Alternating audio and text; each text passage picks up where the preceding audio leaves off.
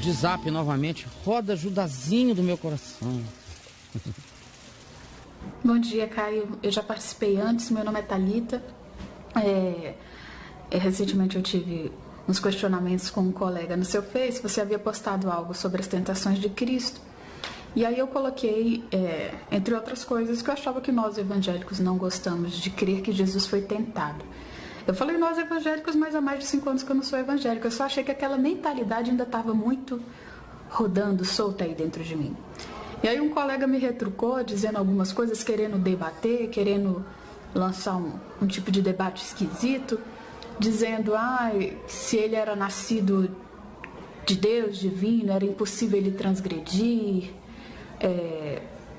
com que natureza ele transgrediria, etc. Enfim, eu respondi a ele algumas coisas do que eu penso, do que eu creio que Jesus era Deus e homem. Era exatamente isso que eu pus na postagem, que o assombro daquela postagem era, mais uma vez, a gente se deparar com esse Deus que é Deus e homem, e que ele disse que teria Jesus nascido de si mesmo. Eu falei, não, Jesus não nasceu de si mesmo, ele disse que ele veio do Pai. A Bíblia diz que ele estava com o Pai desde o princípio. A minha tradução ainda diz que ele é o Filho único de Deus em natureza divina. Então eu creio plenamente que ele é. Entre outras coisas, ele ainda trouxe uma coisa que me irritou ainda mais. Há um tempo atrás eu trouxe para você que me irritava ver essas pessoas colocando Cristo em grau de equiparação com Jó, com Moisés, com etc. E eu falei para ele, não, Jesus não é isso. Ele é mais que tudo isso, porque nele foi feita toda a obra de Moisés, de Jó, etc. Eles só foram eleitos porque ele é o sumo sacerdote desde o princípio, né? Então a gente engatou num embate mais ou menos assim, que já é um embate que eu já não gosto, porque me irrita profundamente esse tipo de afirmação. Tenho que vigiar, né? Mas enfim, eu queria que você falasse para ele, eu pedi para ele fazer o vídeo dele também, para que a gente pudesse debater com quem sabe, né? Porque eu não sou dessa alçada, mas eu tenho a minha fé e é o que eu professo, é isso. Ei, minha filhinha, é só ler o Novo Testamento, não tem esse assunto. Abra aí Hebreus 4:15, diga para ele abrir também. Lê o livro de Hebreus todo. Mas Hebreus 4:15, pois ele foi tentado em todas as coisas, à nossa semelhança, mas sem pecado. Como não foi tentado? Mateus 4, foi tentado. Tentação é aquilo que deixa a gente na luta, se faz ou não faz. Se não for assim, não é tentação. Não diz assim, Jesus foi levado pelo Espírito Santo, lá em Mateus 4, ao deserto, para receber informações de Satanás. Não, para ser tentado pelo diabo. É só ler e crer no que está dito. Em Lucas, ele diz aos discípulos, vós sois o que tendes permanecido comigo nas minhas tentações. Em João, no capítulo 12, os gregos o convidam para mudar-se para Edessa. E aí ele ouve aquela proposta de sobrevivência, de não ir à cruz. O que ele diz? Agora está angustiada a minha alma. Porque bateu uma angústia. Ele chega no Getsêmani, o que ele diz? Ó Pai, me leva logo ou passa de mim esse cálice? Chama os amigos e diz, fiquem comigo, orem, vigiem.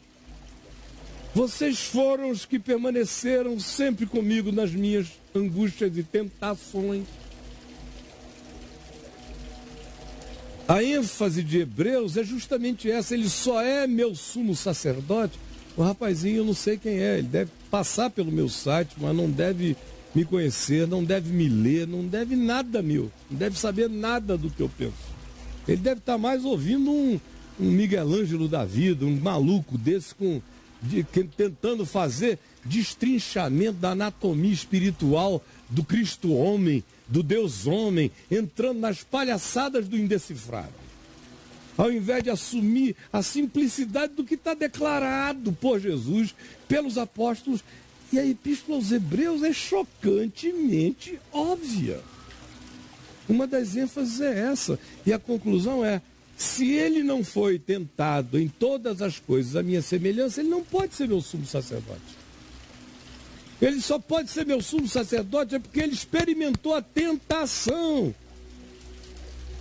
Por isso ele pode se compadecer das minhas fraquezas.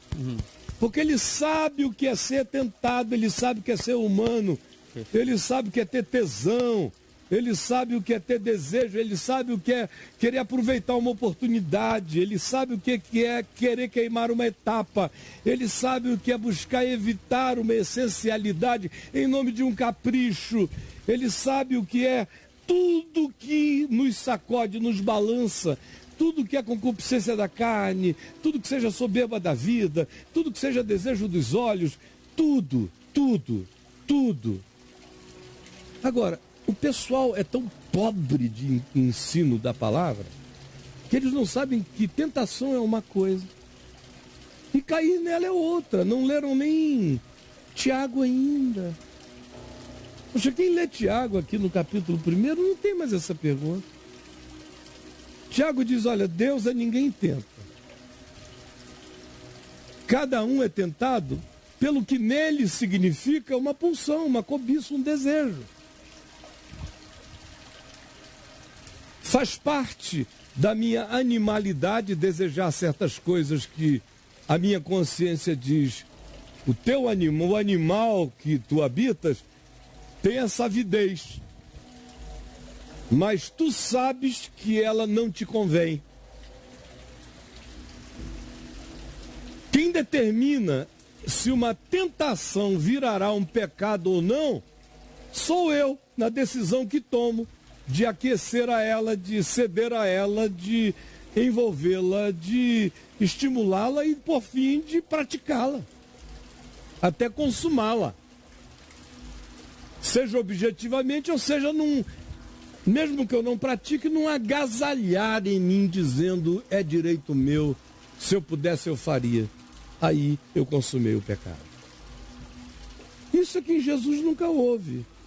Mas o processo da tentação de saber exatamente o que é sentir aquilo, esteve nele em tudo.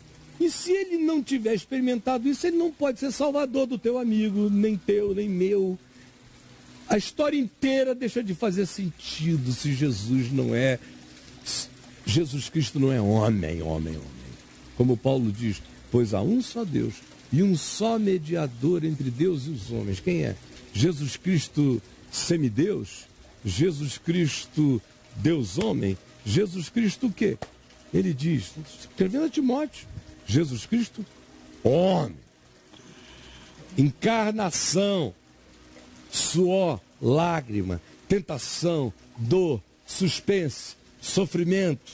Ele não é um teleguiado do céu. Esse pessoal está sendo doutrinado por heresias antigas que tratam Jesus como uma aparência humana, uma natureza divina involucrada por aparência humana. Estão desfazendo o escândalo da cruz sem saberem.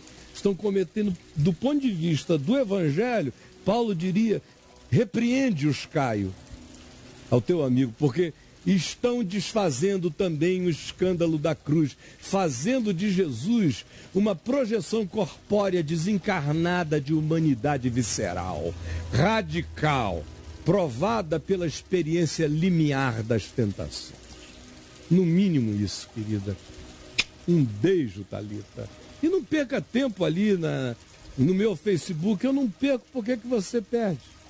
Ali, assim, dependendo do assunto, daqueles comentários, às vezes tem 95% de gente legal comentando. Aí surge um doido, dois doidos, um panaca, dois panacas, não mais do que isso, e cria um alvoroço danado.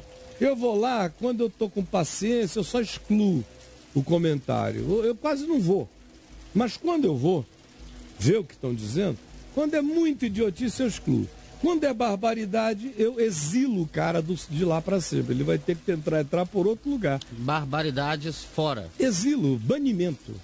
Sem dó nem piedade. Ali é minha casa. O cara vai lá para fazer cocô na minha mesa? Não, não vai fazer. Ah, vai para casa da tua mãe, faz cocô na mesa dela. Na minha, não. Ou põe o teu site, diga o que você pensa, porque eu não estou botando nada meu em ninguém, em lugar de ninguém. Quem quer vem no meu, eu não vou no de ninguém, então me respeita, né? Chegou na minha casa, se bater ali, não respeitar, eu vou bani-lo da minha casa assim, por que eu não vou bani-lo de outros espaços? Rapaz, a vida é mais simples do que os idiotas entenderam.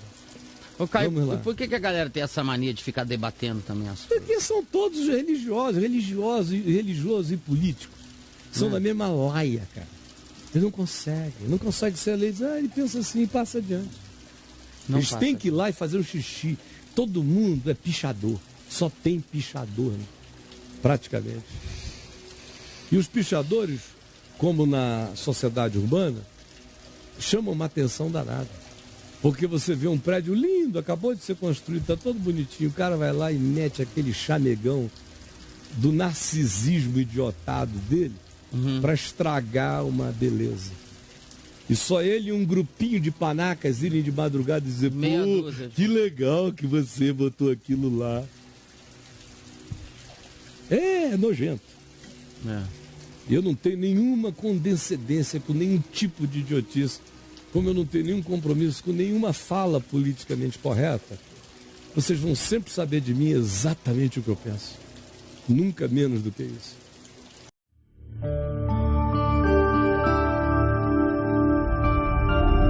Vem me ver TV. O canal é você.